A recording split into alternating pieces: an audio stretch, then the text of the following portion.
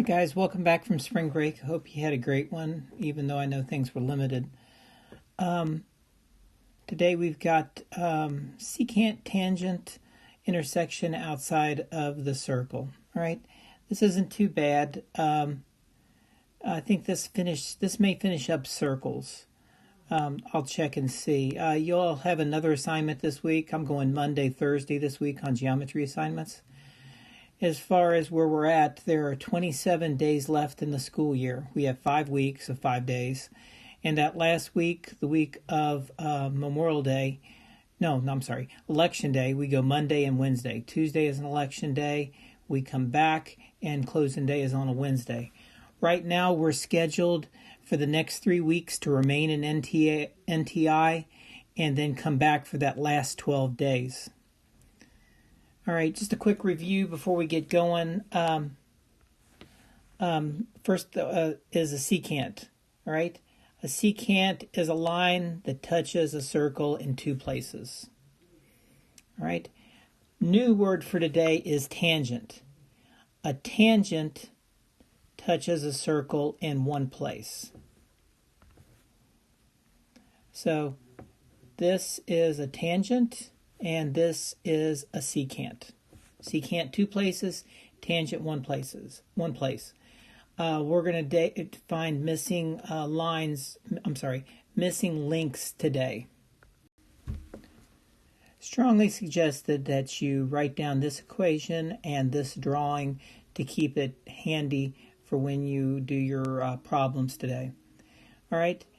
The equation is a squared equals b times the quantity of b plus c. That will allow you to find the tangent, which is a, or parts of the secant. Remember, the secant is made up of b plus c. The line b and c make up the secant. All right, please write this down because you're going to need this for your work. All right, I'm going to put the disclaimer that I've put in the past on this. Please don't think these are to scale. You all are the artist. I'm not. I have no talent in life, and drawing is definitely not a talent.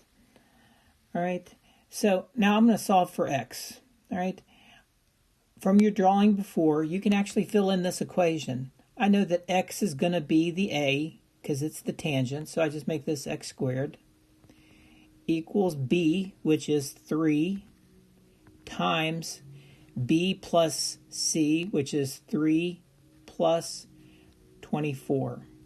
All right, I filled it in. All I got to do now is solve for this x. All right, let me do the right side first. 3 plus 24 is going to be 27. Then you multiply it by 3. 3 times 27, you're going to get 81.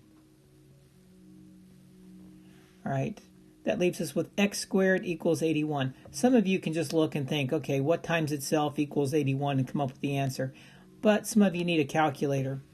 To do the math on this, you take the square root of each side, right?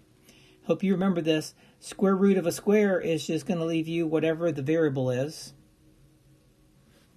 equals the square root of 81, which you can put straight in your calculator. That is a 9. So on this one, the tangent, okay, the short line, the one that touches the circle once, is going to be equal to 9. All right, here's problem number 2. It's a little different because I've got a different place for the variable. The variable was on the tangent last time. Now it's on part of the secant, the part of the secant that's inside of the circle. All right, let's fill in what we know. The tangent is 6, so I'm going to make that 6 squared equals b. I know that the 2 is the b, so that's going to be 2 times b, which is 2, plus c, which is going to be an x. Right, now I can just do the math on this. 6 squared is 6 times 6, which is 36, equals 2, now I got to distribute the 2, right? 2 times 2, then 2 times x is going to give me a 4 right? Plus 2x, right? Now I'm going to solve for x. I need to get x by itself. I subtract 4 from both sides. That leaves me with 32 equals 2x. All right, to get the x by itself, I want to divide by 2. When I divide by 2, I end up with x equals 32 divided by 2. That means x equals 16. Not so bad, right? All right. Next problem. Pause it, try it yourself before you try to go to the work on Delta Math. All right, here's the problem. You're solving for x, which is inside the circle, which is part of the secant. All right, pause this and try this and just see how you do. All right, let's set this one up. A squared, A is the tangent, so the tangent, the one that touches one time, is 6. So that's going to be 6 squared equals b, which is 4, times b plus c, and we know that b is 4, plus x. All right, let's do the math on this. We end up with 36 equals 4 times 4, which is 16, then 4 times x, which is 4x. All right. First thing I want to do is I want to subtract 16 from both sides. I'm trying to get x by itself. I end up with 20 equals 4x. That's 4 times x. I want to do the opposite. I want to divide by 4. I have to do that to both sides.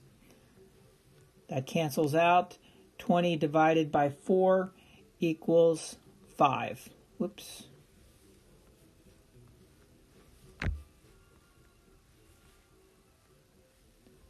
So x equals 5.